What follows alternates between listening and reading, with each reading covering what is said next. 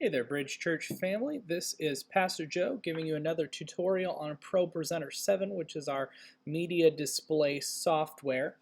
Today I'm going to be showing you how to set up a song pretty much from scratch. So everything regarding an individual song, going from importing to editing, all that stuff is what we're going to be looking at today.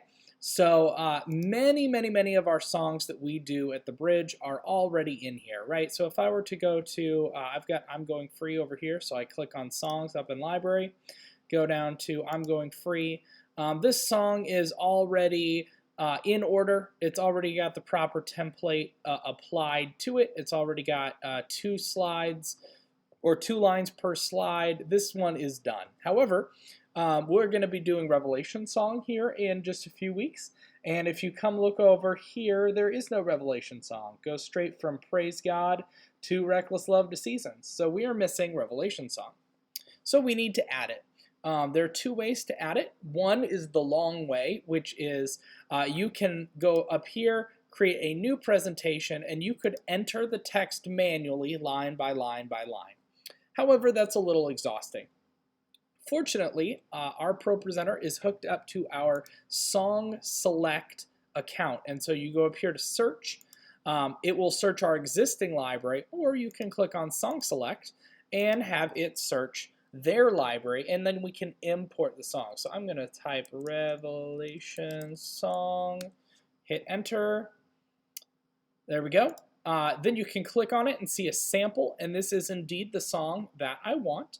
And so I'm going to click import. So it'll even give you some options. So we're going to go and import it using this theme. We'll just leave the at breaking at paragraph breaks. We could do line breaks, however, and do 2 lines per slide. We're going to put it in the songs library, and we won't add it to a playlist at this point. So I'm going to hit import, and now you'll see that it has appeared here. However, it's a little off. So it's missing a first slide. The chorus is only displayed 1 time. And then you'll notice that this slide in verse 3 is looking a little bit off. And so we'll need to make some of those edits. It also says everything with an apostrophe instead of an E. I tend to avoid that and just spell the word out. And so we'll make all of those edits as we edit this song. So there are 2 main ways we're going to be doing that editing. One is the editor mode, which is up here. And then one is the reflow editor, which is right here. So we're going to do the reflow editor first. So the reflow editor allows you to look at your song kind of in the macro and allows you to make large scale changes to your song, especially if you've got 5 lines of text on 1 slide. This is the easy way to make those edits. So we're going to look at that second slide of verse 3, where because of the size of the text, it just doesn't quite fit on 2 lines, and we want every slide to have no more than 2 lines. So we're going to go to Jesus, your name is power, breath, and living, and we want to kind of identify where is the break in that line. So Jesus, your name is power, breath, and living water. That's where you'd take a breath. So I simply selected that and clicked enter.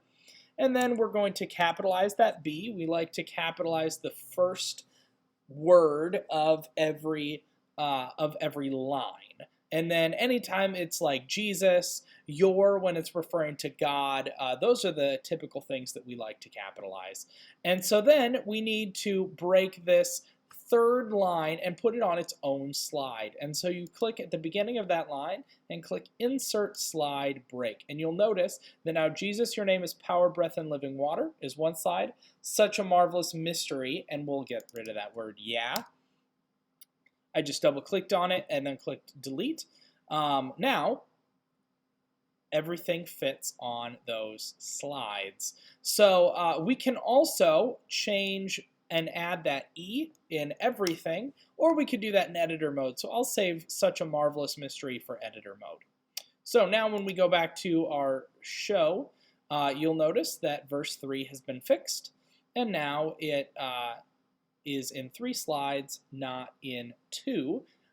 And so let's go into editor mode and we'll kind of get the rest of the things fixed.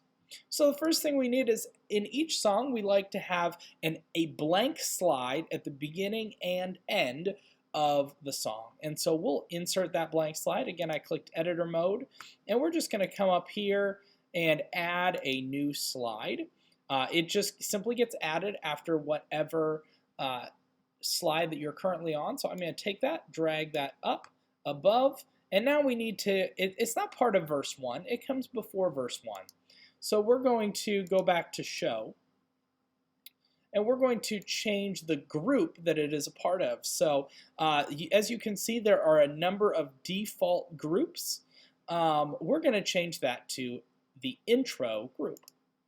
However, you'll notice that also our verse 1 was changed too. So now we're going to select the first slide of verse 1, go to group, and I'm right-clicking, by the way. Go to group, and then select that as verse 1. Now the intro and the verse 1 are separate slides.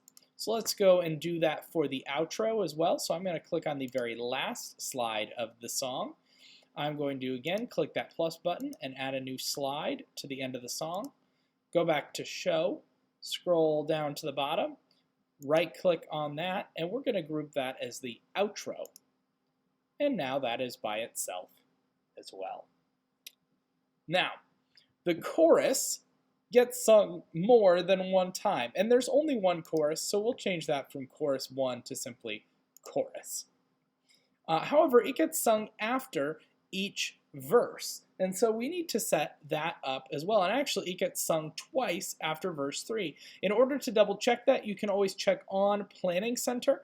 Planning Center typically has the song order, or you can just check with the tech director or the worship leader, and they'll be able to tell you how many times something is repeated.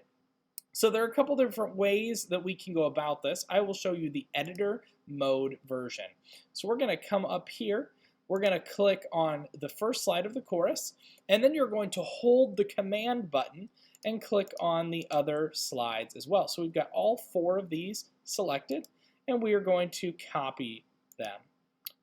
And then we're going to scroll down after verse 2, and we are going to paste the slides that we just copied. So now we've got those 2 slides. Now you'll notice, again, if I were to go back to show, it defaults to adding it to whatever group you are currently a part of. So that starting on Holy Holy, I'm going to have to right-click and change that to chorus. And now we have a chorus following our verse 2. And now we need 2 choruses after verse 3. So we'll go back here. We will select this group again while holding down Command.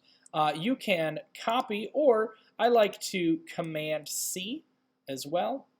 And then we're going to Command V or paste 2 times. So we're going to do it once, and we're going to do it twice. And come back out here. You'll notice again that it is a part of verse 3 instead of being its own group. So we'll go over here to chorus, and then we'll click on this one and we'll add it to its own chorus group as well.